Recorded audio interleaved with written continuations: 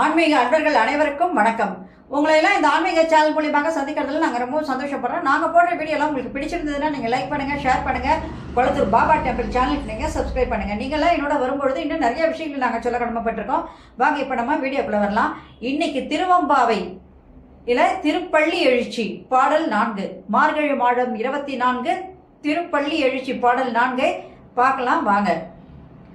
இன்னிசை வீணையர் யாழினர் ஒருபால், இருகொடு தோத்திரம் இயம்பினர் ஒருபால், துள்ளிய பிணைமலர் கையினர் ஒருபால், தொழுகையர் அழுகையர் துவல்கையர் ஒருபால், சென்னியர் அஞ்சலி கூப்பினர் ஒருபால், திருப்பெருந்துறை சிவபெருமானே என்னையும் ஆண்டு கொண்டு இந்நருள் புரியும் எம்பெருமான் பள்ளி எழுந்தருளாயே.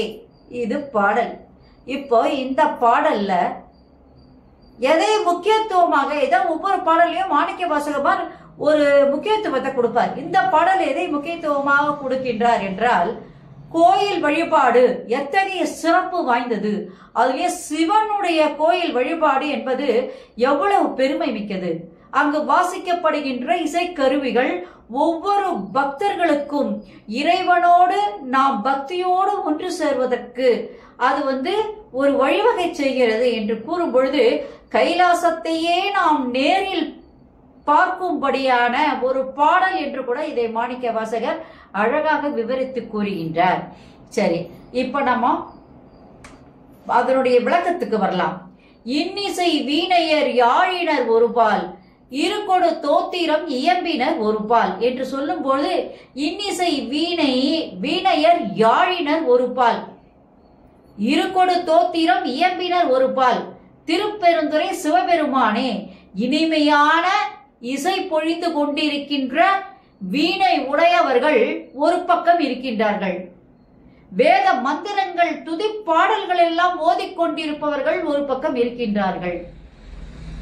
இப்ப அடுத்தபடியா சொல்றார், துண்ணிய பிணை மலர் கையினர் ஒருபால், தொழுகையர் அழுகையர் துவல்கையர் ஒருபால், சென்னியர் அஞ்சலி கூப்பினர் ஒருபால் என்று சொன்னார். நெருக்கமாக தொடுக்கப்பட்ட மலர் மாளிகைகளை கையில் ஏந்தி கொண்டு நிற்பவர்கள் ஒரு பக்கம். ஏன்னா இறைவனுக்கு சாத்துவதற்காக அந்த காத்தால பொழுதுல அந்த மாலைகளை எல்லாம் தொடுத்து கொண்டு கையில நின்று கொண்டிருக்காங்க. தலைவணங்கி தொழுபவர்கள், இறைவனை தலைவணங்கி கைகொப்பி தொழுபவர்கள் ஒரு பக்கம். அன்பு மேலிட்டால் அழுபவர்களும் என்று சொல்கிறார். அழுகையர் துவல்கையர் ஒரு பக்கம் என்று சொல்லும் பொழுது அங்க அழுது கொண்டிருக்கின்றார்கள். கோயில்ல பாத்தீங்கன்னா நிறைய பேருக்கு அழுவாங்க. ஏன் காரணம் என்னன்னா, இறைவனை தன்னுடைய உறவினர்கள், அதாவது தனக்கு தாய் தந்தையர் என்கின்ற முறையிலே அவரிடம் போய் நம்ம என்ன சொல்லுவோம், பெரியவங்க கிட்ட போய் ஒரு குறையை சொல்லி அழுவோம். இங்க என்ன பண்றாங்க, இறைவனை தன் தாயும் தந்தையுமாக நினைத்து தன் மனக்கவலைகள் எல்லாம் அவங்க கிட்ட சொல்லி எப்படியாவது இருந்து ஒரு தீர்ப்பு கிடைக்கணும் எனக்கு அப்படின்னு சொல்லி அழுவாங்க. அந்த மாதிரி இந்த அன்பு மேலிட்டால் அழுபவர்களும் மெய் மறந்து துவள்பவர்களும், தன்னுடைய மெய்யெல்லாம் தன்னுடைய உடல் பொருள் ஆகியெல்லாம் மறைஞ்சு இறைவனே என்று சொல்லி அந்த ஆன்மாக்குள் அந்த இறைவனை கொண்டு வருபவர்கள் ஒரு பக்கம். தலை மீது தன்னுடைய இரு கைகளையும் தூக்கி குவித்து அஞ்சலி செய்பவர்கள் ஒரு பக்கம். இறைவா அப்படின்னு சொல்லி கை கூப்பிடுறோம் இல்லையா, ஹரஹர மகாதேவா, சம்போ மகாதேவா, அண்ணாமலை கரோகரா, உண்ணாமலை கம்மே அரோகரா அப்படி என்று சொல்ற மாதிரி அந்த கை கூப்பி தொழுபவர்கள் ஒரு பக்கம் என்று அழகாக சொல்கின்றார்.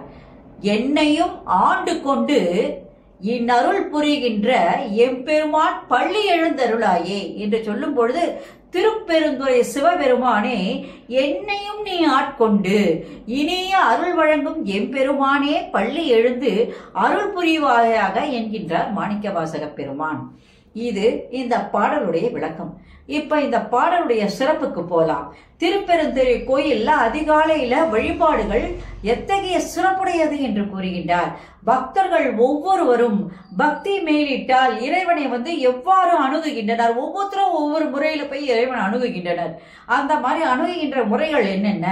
இன்னிசை கருவிகளில் சிறந்தது யாழ் வீணை என்று சொல்ல, இசைக்கருவிகள் ஒலிக்க, வேத மந்திரங்கள் எல்லாம் ஓத, துதி பாடல்கள் எல்லாம் பாட, நாம் தேவலோகத்தில் இருப்பது போன்ற ஒரு பிரம்மையை அங்கே கொண்டு வருகின்றார், உணர்வை அங்கே கொண்டு வருகின்றார் மாணிக்கவாசக பெருமான் இந்த பாடல்ல.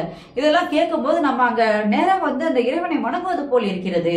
அப்போ அங்க இருக்கவங்க என்ன பண்றாங்க, கண்ணீர் மல்க அந்த இறைவனை பார்க்கும்போது, அடடா இறைவா, தாயும் தந்தையுமாக இறைவா, உன்னை நான் இந்த காலை பொழுதலை தொழுவதற்கு என்ன புண்ணியம் செய்திருக்கின்றேன் இறைவா என்று கண்ணீர் மல்க அழுபவர்களும், மெய் மறந்து தன்னுடைய ஐம்புலன்களையும் அடக்கி அந்த ஆத்மாவுக்குள்ள இறைவனை கொண்டு வருபவர்களும், அதே நேரத்தில் இறைவனோடு நெருங்குகின்றவர்களும் இரு கைகளை தூக்கி மேலே குவித்து சம்போ மகாதேவா அரஹர மகாதேவா என்று தன்னுடைய ஆதங்கத்தை எல்லாம் வெளிப்படுத்துகின்றவர்களும் என்று ஒவ்வொருத்தரை பத்தி அழகாக ஒவ்வொரு பக்தர்களுடைய நுணுக்கங்களையும் அழகாக இந்த சின்ன பாட்டுல அழகாக கொண்டு வந்துட்டாரு.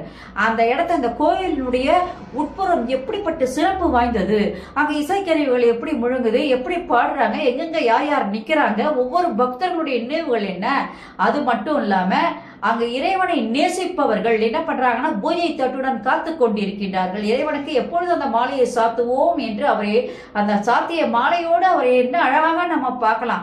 அந்த இறைவன் எப்படி இருப்பார் அந்த மாலையை சாத்தன உடனே அப்படின்னு நினைச்சு உள்ள முருகி அவரை பார்க்கறதுக்கு காத்துக்கிட்டு இருக்கவங்க ஒரு பக்கம்.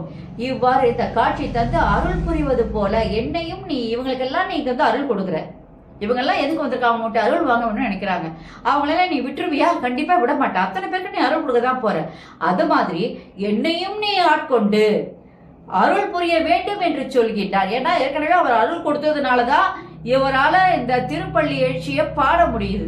திருவம்பாவை பாடி திருப்பள்ளி எழுச்சியை பாடி இறைவனோட அருளை பரிபூர்ணமா வாங்கினவர் தான் மாணிக்கவாசக பெருமான். இப்பொழுது நம்மள் ஒரு பக்தராக அவர் அங்கே மாறிவிட்டார்.